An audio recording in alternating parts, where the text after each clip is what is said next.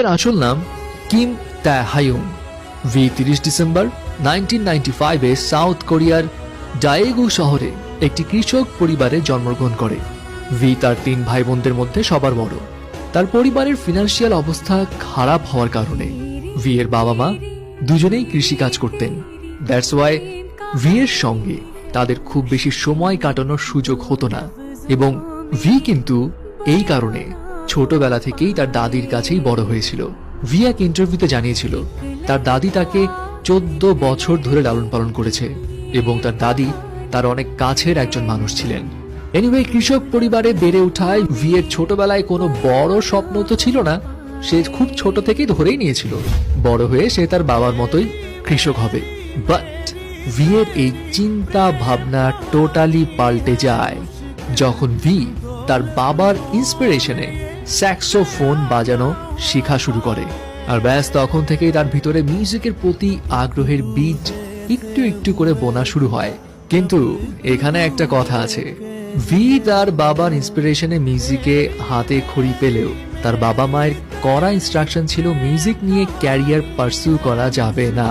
তবে ভি যখন ক্লাস 9-এ পড়ে তখন তার লাইফে আসলো আনপ্রেডিক্টেবল একটা টার্নিং পয়েন্ট। ভি যখন 9th গ্রেডে তখন সে তার বন্ধুকে সঙ্গ দেওয়ার জন্য biggest talent agency Big Hit এন্টারটেইনমেন্টের অডিশনে গিয়েছিল। ভি এর কিন্তু সেখানে অংশগ্রহণ করার কোনো পরিকল্পনাই ছিল না, সে জাস্ট তার ফ্রেন্ডের জন্য গিয়েছিল। কিন্তু হঠাৎ করে বিগ হিট এন্টারটেইনমেন্টের একজন সদস্য ভি কে ওই শোতে পার্টিসিপেট করতে বলে। ভি অংশগ্রহণও করে। এন্ড সারপ্রাইজিং বিষয় হচ্ছে, যেই মানুষটার পার্টিসিপেট করার কোনো প্ল্যানই ছিল না সেই মানুষটাই একমাত্র পুরো শহর জুড়ে সিলেক্ট হলো।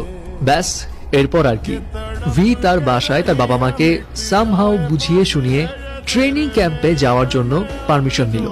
কিন্তু আমরা তো জানি কে পপ ইন্ডাস্ট্রিতে নিজেকে প্রুভ করতে হলে ট্রেনি পিরিয়ডটা কতটা কঠিন হয়।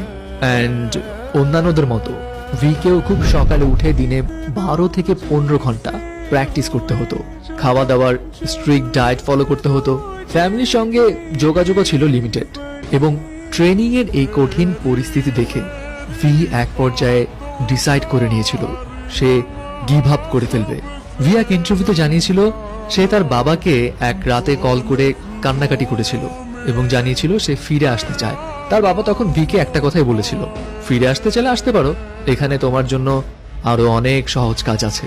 ভি জানায় তার বাবার ওই কথাটাতে সে কিছুটা ইম্বারেস ফিল করেছিল।